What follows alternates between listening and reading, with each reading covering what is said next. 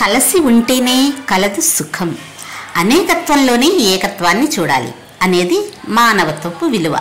ప్రతి ఒక్కరి అభిప్రాయాలు, అభిరుచులు, అలవాట్లు వేరువేరుగా ఉంటాయి. కలిసి జీవించడానికి భావోద్వేగాల కన్నా ప్రేమానురాగాలు అవసరం. చీమలు చిన్న ప్రాణులు, ఆహారం కోసం వెతుకుతూ ఉంటాయి. తక్కువ పరిమాణంలో ఆహారం కనిపించినా చీమ ఒంటరిగా తినదు, అన్నింటినీ పిలిచి గుమిగూడి తింటాయి. ఒకే పుట్టలో కలిసి జీవిస్తాయి. శత్రువులైన పాములు తమ పుట్టును ఆక్రమించినా సహనం వహిస్తాయి. అవసరమైతే బలవంతమైన సర్పాన్ని సైతం చలిచీమలు చీల్చివేస్తాయి. చీమలు కలిసి పరస్పరం సహకరించుకుంటాయి. బుద్ధిజీవులైన మనుషులు ఎందుకు కలిసి ఉండలేకపోతున్నారు? అహంకారం, స్వార్థం, సంకుచితత్వం, ఇవే సమాధానాలు. ప్రకృతిలో ప్రతి జీవి మరొక దాని ఎదుగుదలకు తోడ్పడుతుంది. బలహీనమైన తీగకు చెట్టు తనను అల్లుకుని ఎదిగే ఆసరా కల్పిస్తుంది. వాగులు, వంకలు జీవనదితో కలిసి ప్రవాహాన్ని పెంచుతాయి. ఒకే జట్టుగా నడిచే పశువుల మందను క్రూర మృగాలు ఏమీ చేయలేవు. మంద నుంచి విడిపోయిన పశువు మీదనే దాడి జరిగే అవకాశం ఎక్కువ ఉంటుంది.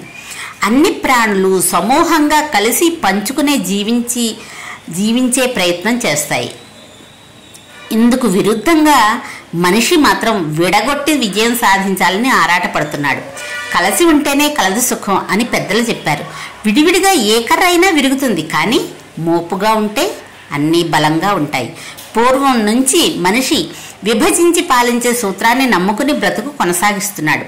అందరినీ కలిసే ఏకత్వాన్ని గుర్తిస్తే తన అధికారం ఎక్కడ పోతుందో అనే భయం. ఇది ఈనాటి మానవ సమాజానికి దాపురించిన ఒక భవరోగం. కలిసి ఉంటేనే పవిత్రత, దానిలోనే భగవతత్వం నిండి ఉంటాయని శ్రీరామకృష్ణ పరమహంస చెప్తారు. ఆ వాక్యంలోని అంతరార్థం తెలుసుకుని భారత జాతిని ఏకోన్ముఖం గావించాలని వివేకానందుడు దేశమంతా పర్యటించాడు. ఎక్కడ చూసినా కుల, మత, వర్గ, వర్ణ, ప్రాంతీయ భేదాలతో ఎవరికి వారే విడివిడిగా జీవించడం చూసి నిరాశ చెందాడు. భాషలు వేరైనా భావం ఒక్కటే. పూలు వేరువేరుగా ఉన్నా వెదజల్లే సువాసన ఒకటే. గోవుల రంగులు విడివిడిగా ఉన్నా వాటి పాలు తెలిపే. రూపాలు, పేర్లు, పూజా విధానాలు వేరైనా లక్ష్యం మాత్రం అందరూ బాగుండాలనే సామాజిక ధర్మమే. సత్యం తెలుసుకోలేని స్థితిలో ఉన్న ప్రజలను చూసి వివేకానందుడిలో కలవరం మొదలైంది. ప్రపంచంలో ఉన్న అందరూ తన సోదర సోదరీమణులే అన్న ఒకే ఒక్క భావోద్వేగపు సంబోధనతో విశ్వాన్ని ఏకం చేశాడు. మహర్షులు చెప్పిన శాంతి మంత్రాలన్నీ విశ్వక్షేమాన్ని, ఐక్యతను కాంక్షించాయి. బృహదారణ్యక ఉపనిషత్తులో అసతోమా సద్గమయ అనే అభ్యారోహ, అందరినీ ఆరోహింపజేసే మంత్రం ఉంది. అందరూ కలిసికట్టుగా ఉన్నత స్థాయికి చేరాలి అనేది దాని అర్థం. అసత్యం నుండి సత్యానికి, చీకటి నుంచి వెలుగులోకి, మృత్యువు నుంచి అమృతత్వానికి పయనించే మార్గమే సమూహ జీవనం.